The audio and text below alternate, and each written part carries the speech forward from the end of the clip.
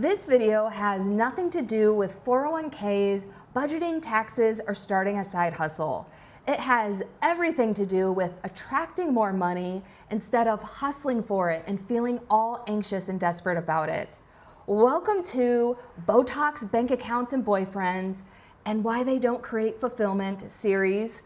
This is video 1, and I am Angie, your inner glow coach, and I help successful on paper women stop playing at 80% and step into their inner glow up so their life feels just as good as it looks. And stay until the end because, like all of my videos, I have a powerful action item at the end.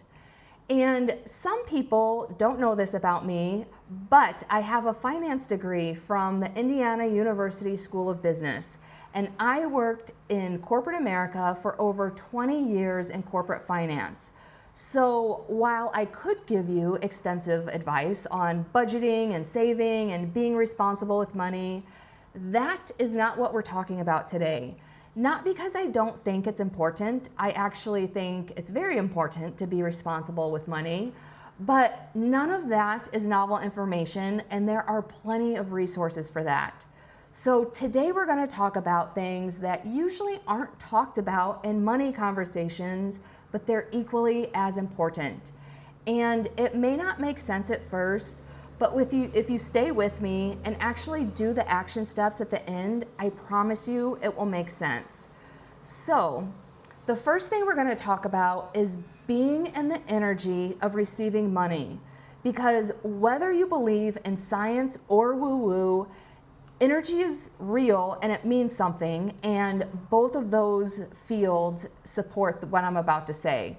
Because your energy is either attracting or repelling money. Money is currency, but it's also energy. So if you're feeling all anxious and not worried and not sure if you have enough money to pay your bills or the things you want to do and when are you going to have more, that's actually being in the energy of repelling money. I mean, if you think about it in a non-money situation, if you had a friend who was like, well, when am I going to see you again? When can we hang out again? Why don't you come around as much anymore? That person has a very needy and desperate energy. So how often would you want to be around that person? Not at all. So that is a mirror to your relationship with money, because if you are thinking about money and you're like, well, when's it gonna come? How am I gonna pay all my bills? Why isn't it coming? Why hasn't it been coming? When is it gonna come around again? Then you're actually repelling it with that needy and desperate energy. And just to be clear, I know that there are real concerns when it comes to money, because if you're struggling to the point where you're not sure if you can afford food or even a roof over your head, then I get it. There's anxiety behind that, and that's a real concern because your physical safety is at risk. And I'm not denying any of that. And I'm also not telling you not to feel your feelings. What we're going to be talking about today is feeling safe in your body while feeling your feelings, especially feelings that can feel overwhelming, because when you're in that fight or flight response, your feelings feel like they're consuming you. So especially these really intense feelings like anxiety, anger, or sadness. And the most important skill that you can have as an adult is learning to feel safe in your body while feeling your feelings. Because the problem is our nervous systems are actually very smart and very rarely fail at doing their jobs, meaning your nervous system's job is to warn us about danger. The problem is, in today's society, most things are not a true emergency. Like, we're not getting chased by bears, and in most cases, we're not in a place that's so dire that we can't afford to put a roof over our heads or food. And our logic understands that, but our body tends to jump into fight or flight over anything these days. And being attached to our phones and all this other stuff really doesn't help that. But my point is, we have way more control over how we feel than we think, because you can either take control of the situation and regulate your emotions as a functional adult and learn to feel safe in your body while feeling your feelings, Or you can continue to feed into that state with like these ruminating thoughts and just make it worse. And actually the image that just came to my head, and I know this is dating myself, but the image just came to my head when I was saying that was the Jerry Springer show. Because for those of you that remember, the guest panel that was on the stage, like those guests on the show, they were train wrecks to begin with. So you needed zero rage bait from the audience and you could already be entertained by that. But then Jerry would take individual questions from the audience, and that person would always poke and make fun of the people on stage. And then sometimes the audience as a whole would sometimes start chanting, and it would just like fuel the whole dumpster fire. So that's what happens when you are in these heightened emotions, and then you just have all these ruminating thoughts and just like keep feeding into it. It's like the Jerry Springer show inside of your body. Or you can choose to be a functional adult and regulate your emotions. And again, you're not repressing them or not feeling them or not thinking about them. You're simply feeling safe in your body while feeling them. And that feeling of safety puts you in the energy to attract money, because you're not going to attract money when you're in that heightened fight or flight nervous system state. You can, but it's not going to be consistent. And the reason why this is important is because there are these micro moments throughout our day where these situations come up. So for example, you could be looking at your bank account and the numbers aren't where you would like them to be or need them to be. But it is possible in that moment to feel a sense of calm in your body despite what your thoughts are doing. And that puts you in the energy where you're more likely to receive more money. Because again, let's look at this from a non-monetary perspective. If you had a friend that was calm no matter what, so say they're on the guest panel of the Jerry Springer show and like the audience is booing them and saying horrible things about them, but they're just sitting there completely unaffected and they're just like all calm and hopeful. That's the kind of person you want to spend time around. You don't want to spend time around the person who's all like anxious and desperate and chaotic. So again, money is going to be drawn to that calm, regulated nervous system because again, this is all energy. So if you're in that higher vibration or higher frequency, and it doesn't matter if you believe in science or woo-woo, because both of those realms support energy dynamics. So if you're in this higher vibration, such as gratitude, appreciation, calm, hopefulness, those are the vibrations to attract money. And again, that doesn't mean you don't feel certain things or think certain thoughts. It means you feel safe in your body while feeling those thoughts. And this also works because I've been speaking it in terms of attracting or repelling money that you don't have, but I once worked with a woman. She had money, but she would spend it like crazy because her nervous system didn't feel safe having money because she had all of these limiting beliefs about what it meant to have too much money. So she would freak out and have anxiety and just start spending her money like crazy. But after we worked together, we reprogrammed her limiting beliefs, and I'll get to that next. But we worked on reprogramming her beliefs and regulating her nervous system so she finally felt safe holding the money that she already had, and that's how she stopped spending it like crazy and was able to have more money and save more money. So this actually works both ways because you could probably either resonate with one of those situations. Either you don't have the money and you want to attract it, or you have it and you're afraid of losing it. Both of those things can be true. So if you're feeling something that is not in the vibration of receiving money, I'm not saying repress it or numb it or that you're wrong to feel that way. I am not saying any of that. You are a human being and we all have feelings, and it's okay to feel your feelings. It's actually very healthy to feel your feelings. What I'm saying is we don't stay there or feed into it and make it worse, because then that becomes a habit. So for example, I used to have chronic anxiety to the point where anxiety was so familiar to me that if I wasn't anxious, I would be like, oh my God, what's wrong? Why am I feeling good? Blah, blah, blah, blah, blah. And then I would cause my own anxiety by not feeling anxious.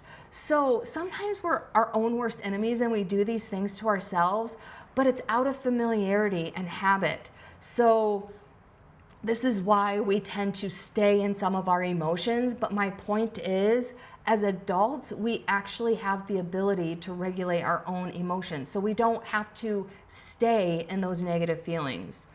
And again, a lot of times we choose, whether consciously or subconsciously, because it's familiar to us.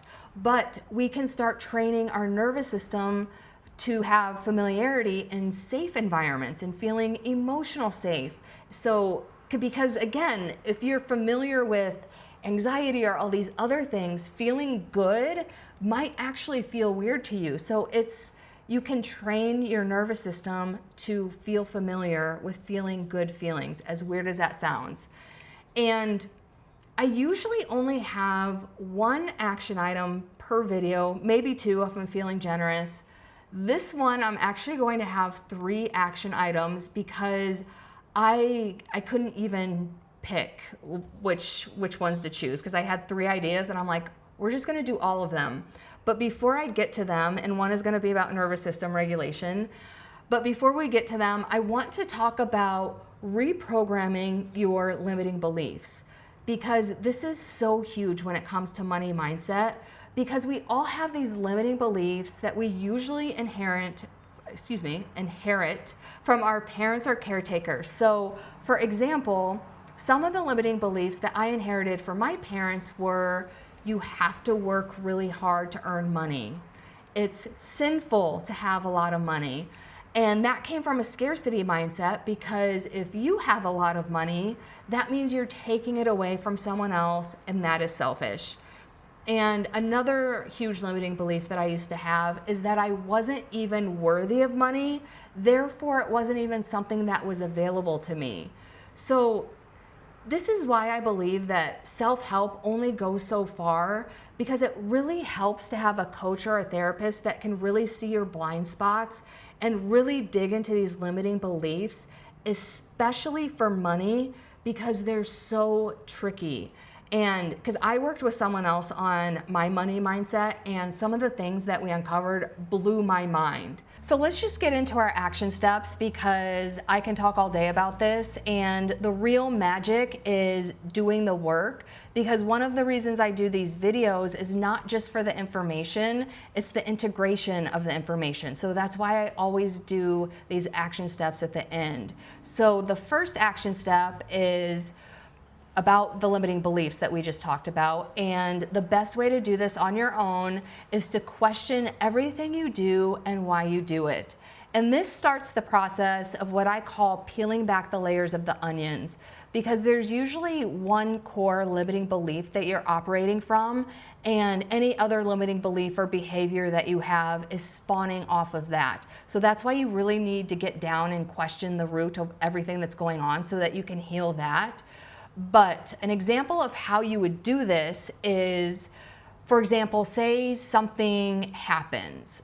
For example, and I think the best way to practice this, because this can be really overwhelming when you first do it, so only do it in situations with money, when you're spending money or trying to save money, or you're looking at your bank account, just anything that has to do with money. So say I want to go on a really nice vacation and fly business class and stay at a 5-star resort. So let's just look at some of my old money beliefs as examples. So say my first thought is, well, that's sinful. Why? Why is it sinful? Because if I have that much money to go on a nice vacation, then I'm taking it away from someone else. So again, that reveals the scarcity mindset.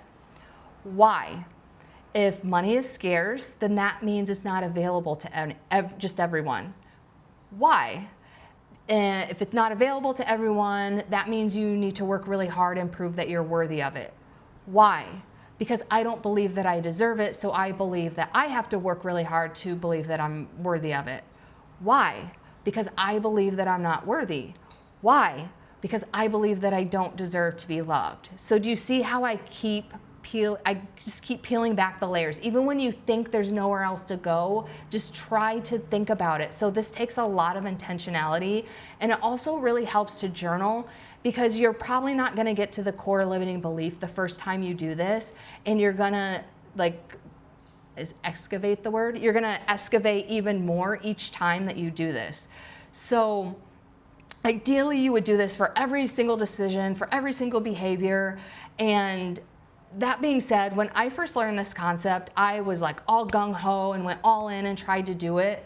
But it can be very overwhelming, especially if you haven't done this kind of work before, especially because it can bring up things that bring up a lot of shame. So just be mindful of that when you start doing this. If you feel overwhelmed doing it, it's okay to take a break. But this is very, very, very important work to do to uncover your limiting beliefs so that you can start to reprogram them. And this is the first step of that. So to start, simply do it for the thoughts and behaviors that are related to money. And how you do one thing is how you do everything. So when you eventually apply this to other areas of your life, you're going to start seeing patterns in what you uncovered in your money beliefs and other areas of your life, especially your love life. And we can probably cover that in another video, so I'll just leave it there. So action item number 1 is question everything you do and why you do it to uncover your limiting beliefs. Action item number 2 is all about nervous system. So we should always be soothing our nervous systems. In general, as a practice, I treat my nervous system like a baby, because if a baby is crying, you have like this checklist. You're like, do you need to eat? Do I need to change your diaper? Do you need to take a nap? So you're constantly monitoring the baby and making sure that its needs are met. So in general, you should have a daily practice of soothing your nervous system, whether that's grounding or hugging a tree or moving your body, taking a bath, listening to music, taking a mindful walk. And I can't recommend things for you to do. Those are just some suggestions, because everyone is different, but you will know what's best for you. So in general, have a daily practice of regulating your nervous system. Also, I'm going to teach you a trick to regulate your nervous system. So when you get triggered, or you're having an anxiety attack, or you're in those moments where your nervous system is activated into that fight or flight, you can take that down to a regulated nervous system in only 90 seconds. And I'm going to teach you how. Then this is your action item number 2, because this is a very valuable practice. So when you are in that heightened state of emotion, and this is a scientific fact, the physiological responses in your body, like the racing heart, the tight chest, the sweaty palms, whatever you're feeling in your body, those symptoms only last for 90 seconds. The reason why they tend to last longer is because the emotional stories that we're telling ourselves in our head, like, again, it's like the Jerry Springer show, it like feeds fuel to the fire and then we get all riled up. So to get those emotions to calm down in 90 seconds, this is what you do. Step 1 is get rid of the story in your head. And I know that's easier said than done, but trust me, the more you practice this, the easier it is. And what I always tell myself is I can worry about it later, because I'm actually giving myself permission to worry about it later. And the truth is, you do have to deal with it later, because again, this isn't about repressing our feelings or ignoring our feelings. It's about feeling safe in our body while feeling our feelings. So the second step, once you get rid of the story, is simply focus on the physical sensations in your body. So for example, when I feel anxiety, my chest feels really tight. So I usually actually even put a hand over my chest and just focus on how my chest feels. Like, it feels tight, it feels hard to breathe. I usually put another hand, my other hand, on either like my diaphragm or my stomach to remind myself to breathe. So then I focus on my breathing as well, which is another physical sensation in my body. And this exercise that I'm teaching you, I did not make this up. This is not unique to me. But what's unique in the way that I practice it and teach other people is adding on to what I just said, focusing on the feelings in my body and breathing. I tell myself, I am safe in my body. I am safe in my body. Because that is the truth. Because sometimes when we're having these overwhelming feelings, we don't feel safe in our body, and that's how it can spiral out of control. So I tell myself that I feel safe or I tell myself that I am safe in my body, regardless of how I'm feeling in the short term. And also another thing I do is I'll look around in my physical environment. So for example, if I'm at home, my home is my safe space. So I'll just look around for visual confirmation that I'm physically safe as well. So it's just adding an extra layer of telling myself I'm emotionally safe and I'm physically safe. And I promise you, as long as you get rid of the story in your head, the feelings in your body go away in 90 seconds. And again, regulating your nervous system is huge for being in the energy of receiving money. So that is action step number 2. And action step number 3, and just to be clear, I'm not giving you 3 to overwhelm you or whatever. I really want you to be intentional about these and actually practice them so you don't have to do them all today. You can spread them out and do them in a way that feels good for you. So for action step number 3, we are going to work on abundance mindset. And the purpose of this exercise is to prove to yourself that you get what you focus on. And there's so much we can do with abundance mindset work, but this one is actually really powerful and it's very simple. So for this exercise, you're gonna set a goal to receive a gift from a friend within the next 48 hours. That's it. And maybe you're listening to this now or watching this now, and maybe you're having lunch with a friend tomorrow. Don't focus on that friend as a means to get this gift. Be open to the possibility that it can come from anywhere. Because if you're focused on that friend, then you become in that needy, desperate energy of expecting it to happen, and that's exactly how you repel it. So a huge part of this is being in the energy of appreciation that it's coming, and gratitude that it's coming, and hopefulness that it's coming. But most importantly, the curiosity, like, where is it coming from? So just being in that open, receiving energy, as opposed to like, when's it gonna happen? Like, well, what are they gonna get me? And all of that, and all of the details and worrying about the details, that's actually going to repel it.